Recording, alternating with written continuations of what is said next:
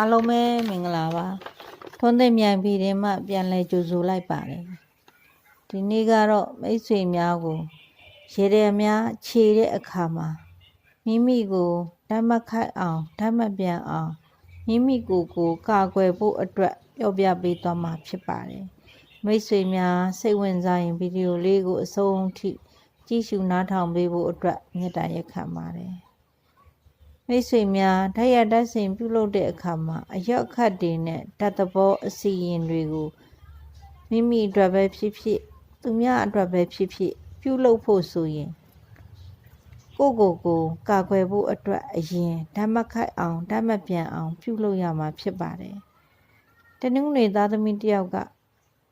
ဘာအတွက်ပဲဖြစ်ဖြစ်ရေရာပြုလုပ်မယ်ဆိုရင်တောက်ကြနေမှာနနက်6နာရီမှ9နာရီခွဲအတွင်းကြောက်တုံးပေါ်မှာထိုင်၍မြောက်အရက်ကိုမျက်နှာမူပြီးရဲရွရွက်ပေါ်မှာနှမ်းဖြူပြီးတော့စတိစားရပါမယ်စားနေရင်မိမိအားဓမ္မခိုက်စီရဓမ္မပြန်စီရလို့9ခေါက်ရွတ်ဆိုရပါမယ်အစဉ်ရင်ပြုလုပ်မဲ့သူကမပြုလုပ်ခင်မှာဖယားမှာစီမီရေချမ်းကတ်လူပူဇော်ပြီးတီလာဆောက်တည်ပါပြီးမှအစီရင်ပြုလုပ်ပါတနင်္လာသားသမီးတယောက်ကအစီရင်တစ်ခုကိုပြုလုပ်မယ်ဆိုရင်မလုပ်ခင်စနေနေ့နနက်6နာရီမှ9နာရီခွဲအတွင်းတီလာခံယူဆောက်တည်ပြီးဇီးရွက်ကလေးများကိုခင်းထားပေးရပါမယ်အဲ့ဒီခင်းထားတဲ့ဇီးရွက်ပေါ်မှာထိုင်ပြီးတော့အနောက်တောင်အရက်ကိုမျက်နှာမူပြီးမြေဘဲကိုအိုးထဲမှာထည့်ပြီးတော့စားသုံးပေးရပါမယ်စားသုံးနေခြင်းမိမိအားဓမ္မခိုက်စီရဓမ္မပြန်စီရလို့9ခေါက်ရွတ်ဆိုရပါမယ်အင်္ဂါသားသမီးတယောက်ကအစီရင်တစ်ခုကိုပြုလုပ်မယ်ဆိုရင်မလုပ်ခင်တနင်္ဂနွေနေ့နနက်6နာရီမှ9နာရီခွဲအတွင်း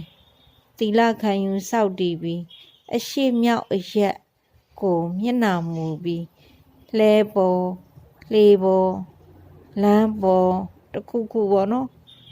လဲနီတော့လဲလှဲလမ်းလေနီတော့လဲလေပေါ်ပေါ့ဒါမှမဟုတ်လို့ရှိရင်လှဲတို့လေတို့မနီးလို့ရှိရင်လည်းလမ်းပေါ်မှာကြော်ထားတဲ့တီကိုစစ်ကိုစားသုံးပေးရပါမယ်စားသုံးနေစဉ်မိမိအားဓမ္မခတ်စေရဓမ္မပြန်စေရလို့9ခေါက်ရွတ်ဆိုပြီးမှအစဉ်ရင်ပြုလုပ်ရပါမယ်အားလုံးပဲကျေးဇူးတင်ပါတယ်ကြံရှိနေတဲ့နေ့အလိုက်အစဉ်ရင်ပြုမလုပ်ခင်ဓမ္မခတ်အောင်ဓမ္မပြန်အောင်ရေရများကိုဆက်လက်တင်ပြပေးသွားမှာဖြစ်လို့ကြည့်ရှုအားပေးနိုင်ပါတယ်အားလုံးပဲကျေးဇူးတင်ပါတယ်